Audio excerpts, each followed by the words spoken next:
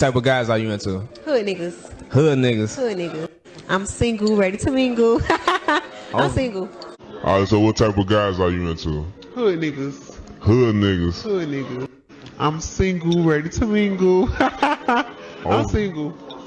In the black community, there's good men and there's bad men. Most black women don't understand the difference. They don't understand the difference between good, respectable black men who treat women with respect and the thug and the savage who treats women like shit. The majority of younger black women praise and glorify thugs and criminals. They always defend thugs and criminals. Every time a thug does something stupid, they'll go on the news and try to defend their behavior. One of the main reasons why a lot of black women chase after thugs has a lot to do with upbringing. The majority of American black women were raised without a father. The majority of American black women were raised by a single mother. Most of these women have never been exposed to good men. They've never been exposed to men who treat women in a respectable manner. The only type of men they've ever been exposed to are thugs and criminals. Because that's the only type of men they saw their mothers date. That's the only type of men they seen their mothers have kids with. So they grow up to follow that same pattern. They grow up to follow this same dysfunction. And when they do come across a black man who acts educated, who treats women in a respectable manner, they look at him as a simp. They look at him as a man they can take advantage of. Because that's what they saw their mothers do. This is a cycle of dysfunction that's going on in the black community. And a lot of this has to do with these government-ran programs. These government-ran programs reward bad behavior. If a woman has kids with 5 and 6 different men, and she can't take care of those kids, the government will give her free housing, they'll give her food stamps, they'll give her Section 8, and they reward her bad behavior. And this is the reason why most black families are broken up. This is the reason why most black kids are being raised by single mothers.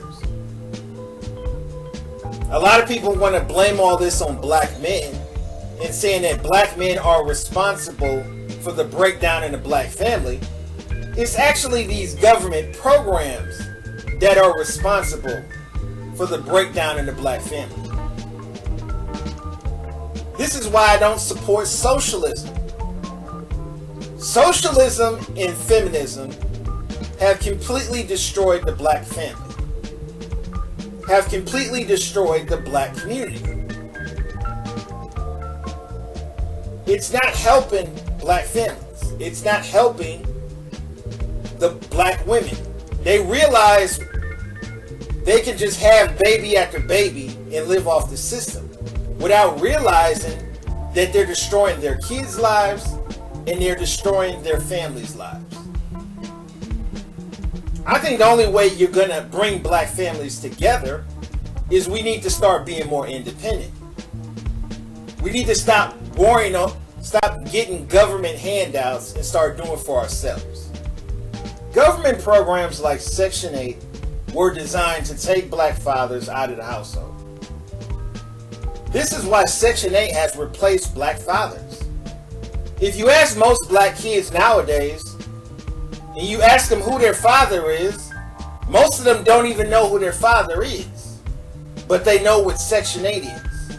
They know what welfare is. These government programs have replaced black fathers. And this is why our generation of kids is so dysfunctional. This is why these younger girls are so dysfunctional. The government created these types of women. And a lot of black liberals have bought into this bullshit. These programs are not doing anything but creating a cycle of poverty. How many people you know been living on Section 8 for 20 years, for 15 years, living on Section 8? They're addicted to this entitlement mentality. You tell somebody they don't have to work. They can just lay on their ass and have baby after baby after baby. And they don't have to work. They're going to keep living off that system. They're going to keep having baby after baby after baby. And we wonder why the black family is being destroyed. The only way we're going to bring black families together, the only way we're going to put black fathers back into the household, we're going to have to start being more independent. We're going to have to stop living off the government. We're going to have to stop following these feminist-ran programs. Now, going back to black women's fascination with thugs, I think another problem is the media. Look at the way the media praises and glorifies thugs. Love and Hip Hop, all these shows, they do nothing but praise and glorify thugs.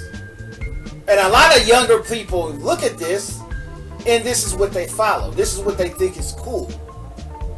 This is why when black women see a black man who doesn't act like a thug, he doesn't act like a savage, they think he's not a real man. You're not a real man unless you act like a savage, unless you act like a buffoon. And this is the mentality that most younger black women have. And what really bothers me is when I see a younger black man who's not a thug, who treats women in a respectable manner, but he'll dumb himself down. He'll try to act like he's a thug just so he can impress a black woman. Just so he can impress one of these black girls. And he'll end up getting in trouble with the law trying to act like a thug so he can impress one of these black females. Our generation is lost.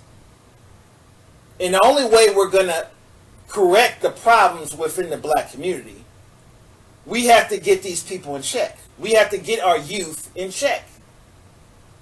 We need to stop ignoring the problem and start finding solutions for the problem.